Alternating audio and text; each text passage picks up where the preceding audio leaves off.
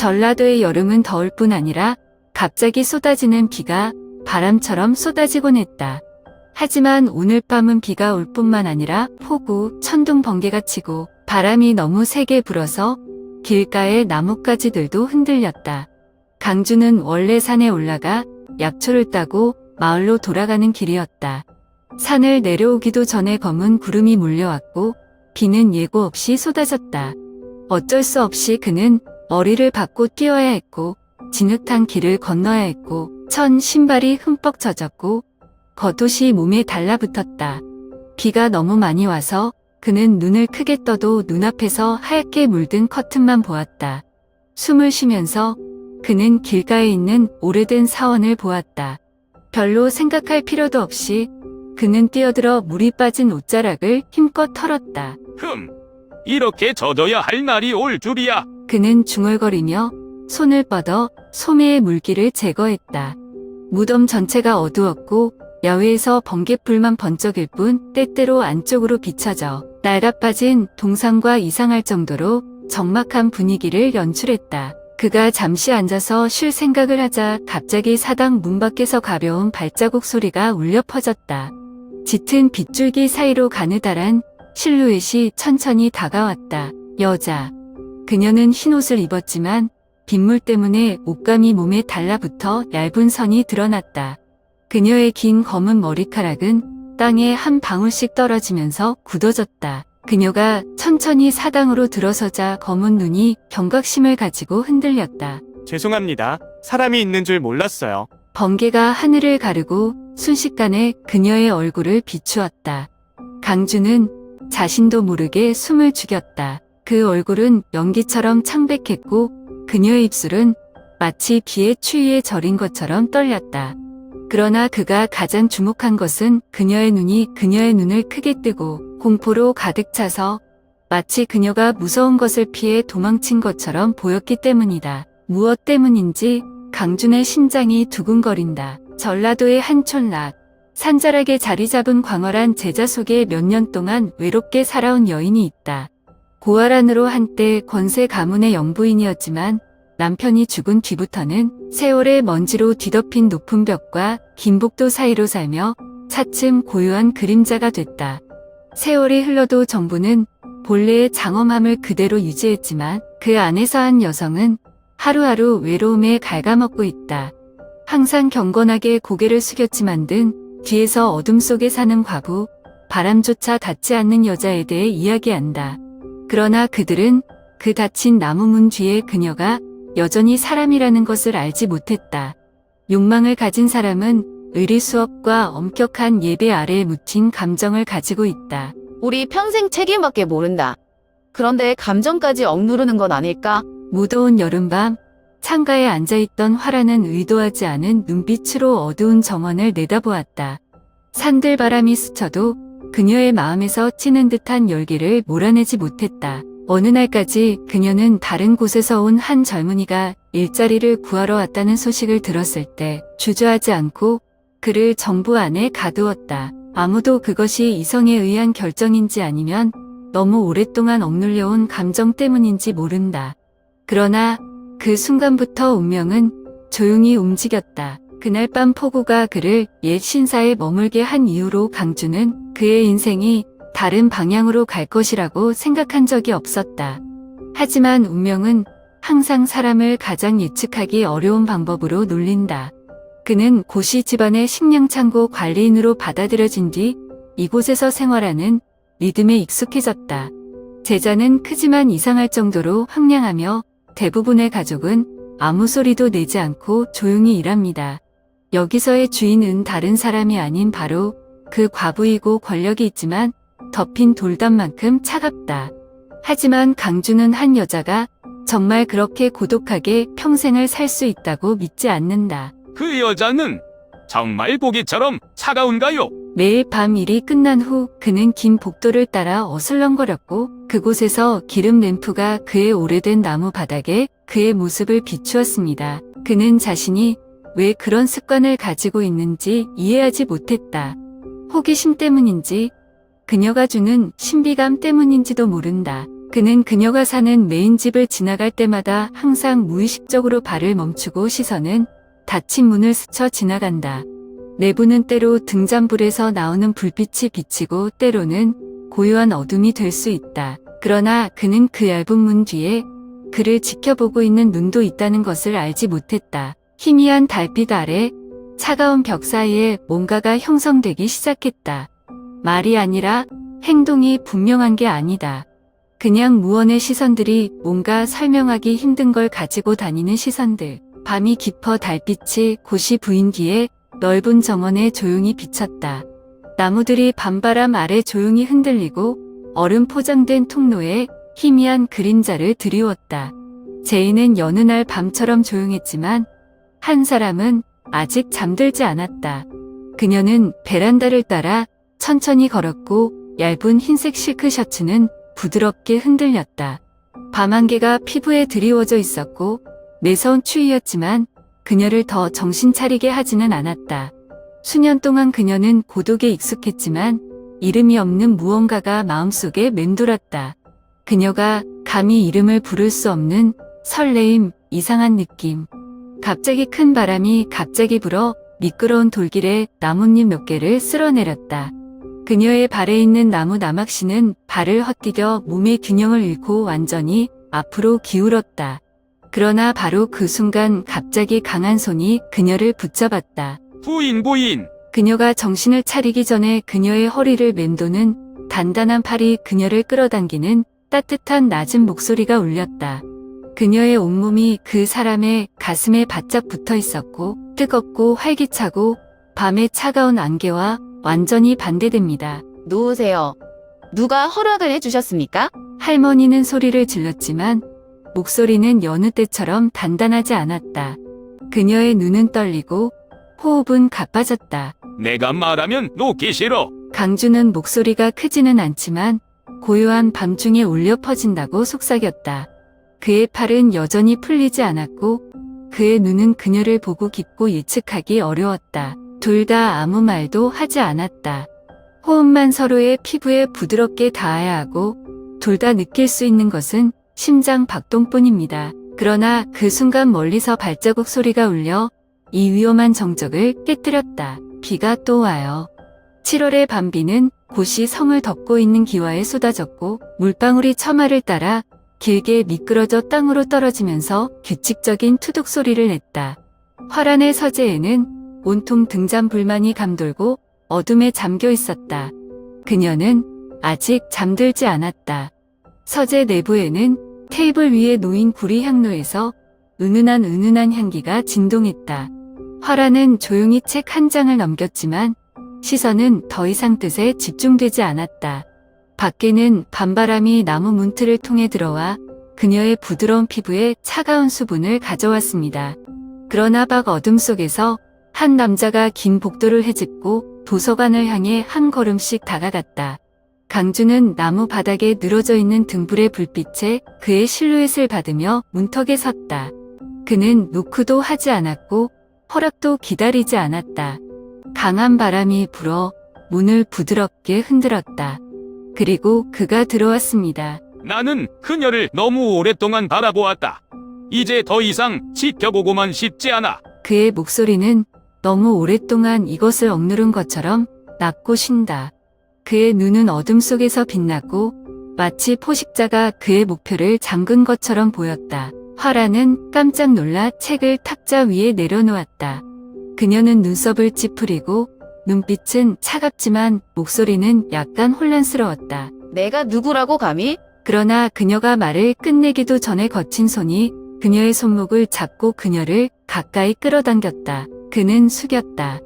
그의 숨결은 뜨거웠고 그녀에게 너무 가까이 붙어 있어서 그녀는 그의 가슴에서 심장 박동이 격렬하게 뛰고 있다는 것을 느낄 수 있었다. 그리고 망설임 없이 그는 그녀에게 키스했다. 화라는 온몸을 가볍게 떨며 놀라서 눈을 크게 떴다. 그러나 그녀를 놀라게 한 것은 그의 행동이라 그녀가 그를 밀어내지 않은 것은 그녀 자신이었다. 그녀의 호흡은 혼란스러웠고 손은 그의 가슴에 얹혔지만 힘을 가하지 않았다. 그리고 나서 빗방울이 뚝뚝 떨어지는 가운데 짧은 순간 그녀는 눈을 지그시 감고 전례 없는 대담함에 빠져들게 내버려 두었습니다. 아직 완전히 밝지는 않았지만 밤은 예전만큼 걸쭉하지 않다. 고시 종가에서는 모든 것이 고요했고 백동백화원 사이로 벌레 소리만 났다. 복도를 따라 내려가는 등잔불 아래 조용히 사람 그림자가 화란의 방을 나왔다. 그는 파도가 지나간 후 아직 에어컨을 틀지 못한 채 옷자락을 부드럽게 당겼다. 그의 뒤에 있는 방의 문은 방금 일어난 일의 증거로 여전히 바람에 의해 부드럽게 흔들리고 있다. 하지만 그는 모든 것을 본 눈이 있다는 것을 몰랐습니다. 그녀는 복도 끝에 조용히 서 있었고 손은 손가락 관절이 하얗게 질릴 정도로 옷 가장자리를 꽉 조였다. 그녀는 자신이 항상 가슴속에 간직하고 지켜온 남자를 방금 목격한 것을 믿지 않았고 이제 이 어두운 밤에 어머니의 방에서 나왔다. 얘 또 엄마야. 그녀의 목소리는 목이 메이는 것 같았다. 그녀의 마음은 숨 쉴 수 없을 정도로 고통스러운 보이지 않는 손과 같습니다. 그녀는 항상 자신이 멀리서 그를 존경하고 행복한 결말을 꿈도 꾸지 못한 사람이라고 생각했다. 하지만 그녀는 예상하지 못했다. 그는 단지 그녀의 것이 아니다. 그녀 어머니의 것이기도 합니다. 그녀는 눈앞의 세상이 무너지는 것처럼 느꼈다. 분노에 휩싸인 그녀는 가슴속에서 끓어오르는 감정을 억누를 수 없이 어머니의 방으로 달려갔다. 내 남자 뺏어갔어. 그녀의 목소리는 제자의 조용한 공간에서 울려 퍼졌다.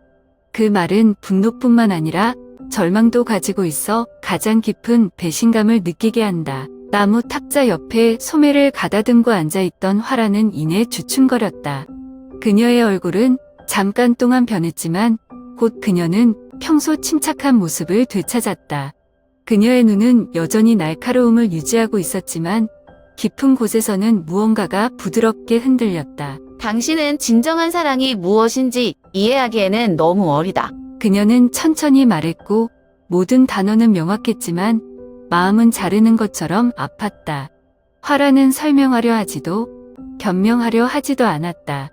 말로만 해명할 수는 없는 일들이 있다. 그녀는 연희가 자신이 보호해온 딸에게 평안한 삶을 바라는 모습을 지켜봤다.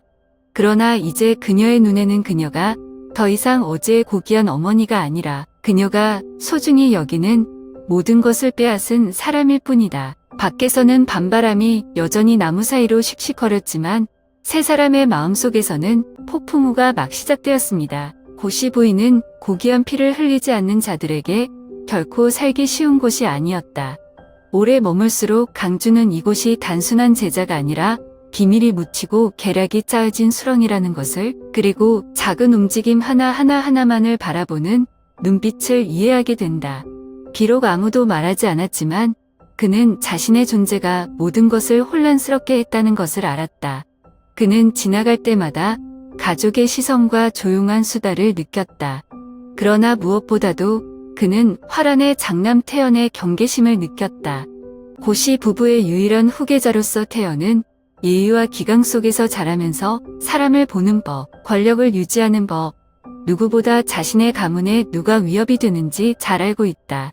오래전부터 그는 그의 어머니와 강준 사이에 이상한 점을 느꼈다.